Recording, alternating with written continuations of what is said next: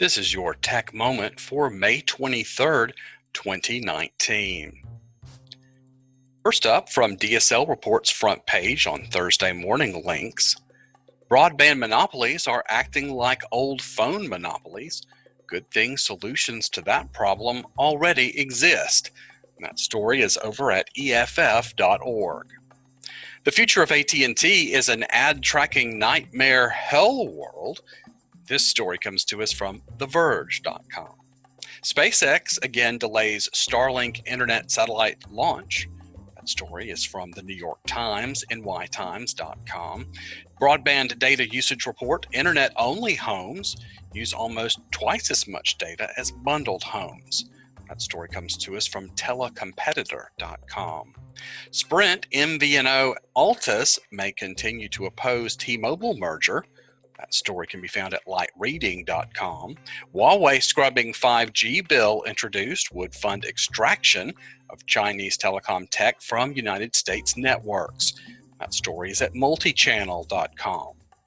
Rural-urban digital divide bill reintroduced would create standard for reasonably comparable service. Also at multichannel.com. DOJ attorneys reportedly ready to block T-Mobile Sprint merger. That story is over at gizmodo.com. EE says it will roll out the UK's first 5G network on May 30th, beating Vodafone by a month in 6 cities, including London, Edinburgh, and Belfast, TheVerge.com. Razer says it will shut down its Ouya and Forge TV services on June 25th, marking the official end of the crowd-funded Android game console discontinued in 2015. That story can be found at Polygon.com. For this and all of those headlines, you can find them at DSL Report's front page. From Engadget, the Bitcoin Ponzi scam that won't go away. In an industry rife with scams, one cryptocurrency trading startup, USI Tech, was paying real dividends on its customers' investments. At least it appeared to be. In reality, USI Tech was a classic Ponzi scheme. It offered outrageous rates of return and encouraged investors to boost their earnings by introducing more people to the USI Tech family, with the fees from new investors then used to pay off existing customers. It wasn't long before authorities in the United States, Canada, and New Zealand caught up with the company and issued cease and desist orders. Just a few months later, an estimated tens of millions of dollars had vanished from investors' accounts. But that wasn't the end of USI Tech's story. It simply set up shop under a different name, Eyeline Trading. When authorities caught on to the rehashed scam, Eyeline rebranded again to its current form, Wealth Boss, which is active today. Are you investing in cryptocurrency? My advice is, if you don't know what makes the value of a thing go up and down, you probably ought not to be an investor. You can read more about this story. You can find the links to this and all the stories at the blog or below this recording. From Lauren Grush at The Verge, engineer charged with faking inspection reports for parts used in SpaceX rockets. A man from upstate New York has been charged with providing false inspection reports and test certifications for parts used in SpaceX's Falcon 9 and Falcon Heavy rockets, as well as vehicles from other aerospace contractors employed by the Defense Department. The misconduct was brought to light thanks to an investigation from NASA's Inspector General, the FBI, and the Air Force's Office of Special Investigations. The man, James Smalley, was a quality assurance engineer at PMI Industries, a machining company in Rochester, New York that makes various aerospace parts. In January of 2018, SpaceX directed the firm SQA Services to do an internal audit, which found that numerous PMI inspection reports and test certifications used to confirm the safety and quality of a part had forged inspector signatures on them.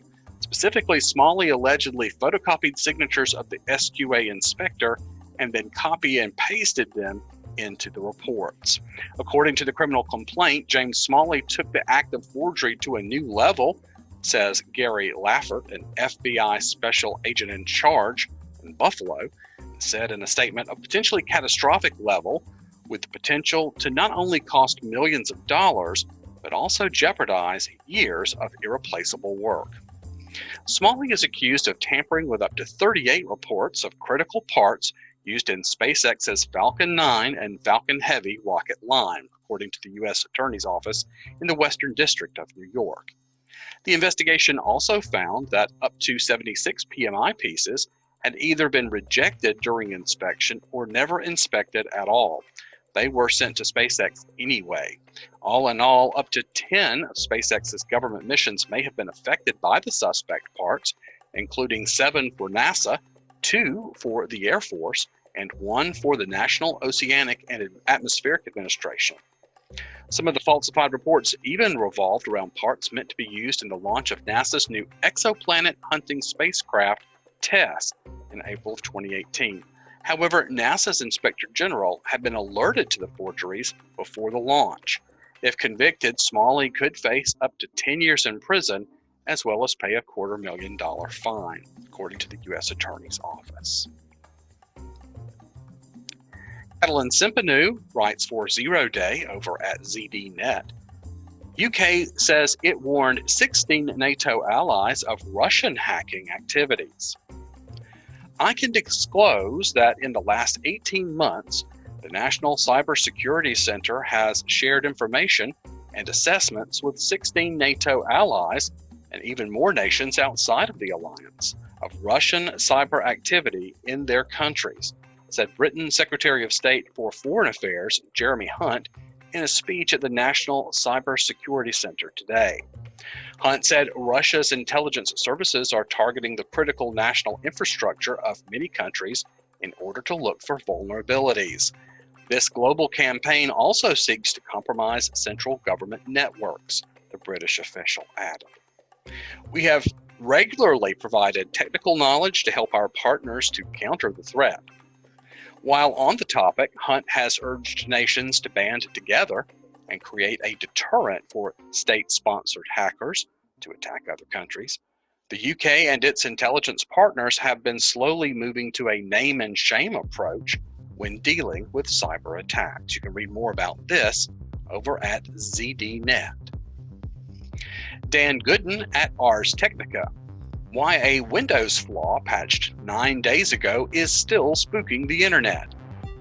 It has been 9 days since Microsoft patched the high-severity vulnerability known as BlueKeep, and yet the dire advisories about its potential to sow worldwide disruptions keep coming.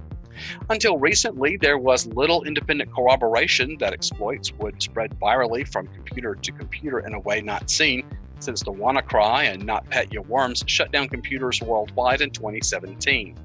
Some researchers felt Microsoft has been unusually tight-lipped with partners about this vulnerability, possibly out of concern that any details, despite everyone's best efforts, might hasten the spread of working exploit code. Until recently, researchers had to take Microsoft's word on the vulnerability that it was severe. Then 5 researchers from security firm McAfee reported last Tuesday that they were able to exploit the vulnerability and gain remote code execution without any end-user interaction. The post affirmed that CVE 2019-0708, as the vulnerability is indexed, is every bit as critical as Microsoft said it was. L. Guthrie Weissman at Fast Company. New York Times editor predicts almost all newspapers will die in 5 years. New York Times executive editor Dean Baquet has a bleak forecast for the future of print media.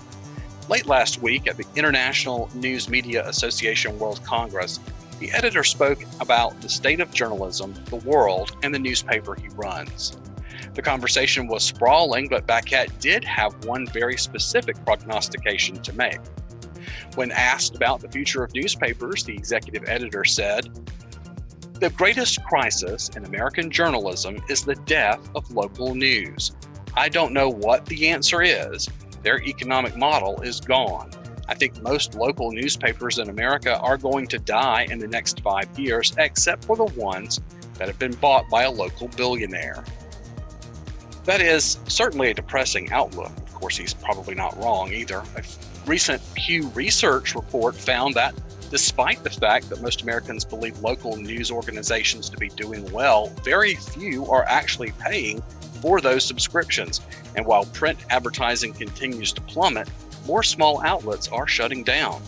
Paquette works for one of the few journalism organizations that are thriving in the digital age, but even he didn't have an answer for the local news crisis. "I don't know what the model is for covering the school boards in Newark, New Jersey," he said.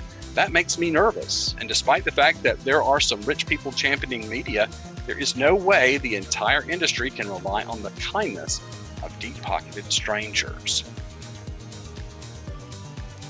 From Catherine Hsu at TechCrunch, semiconductor startup CNEX Labs allege Huawei's deputy chairman conspired to steal its intellectual property.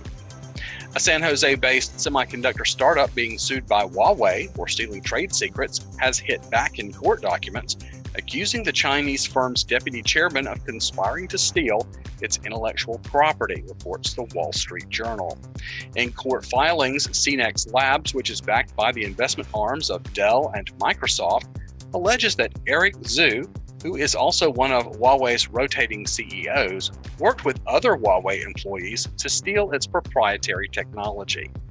The lawsuit, set for trial on June 3rd in federal court in the Eastern District of Texas, started in 2017 when Huawei sued CNEX and one of its founders, Yiren Ronnie Huang, a former employee at Huawei's Santa Clara office, for stealing its technology and using unlawful means to poach 14 other Huawei employees. CNEX filed a countersuit the following year. Huawei has denied the startup's allegations in court filings. You can keep up with this and other fresh stories all day by following me on Twitter at WEYM0. Have a great Thursday. See you next time.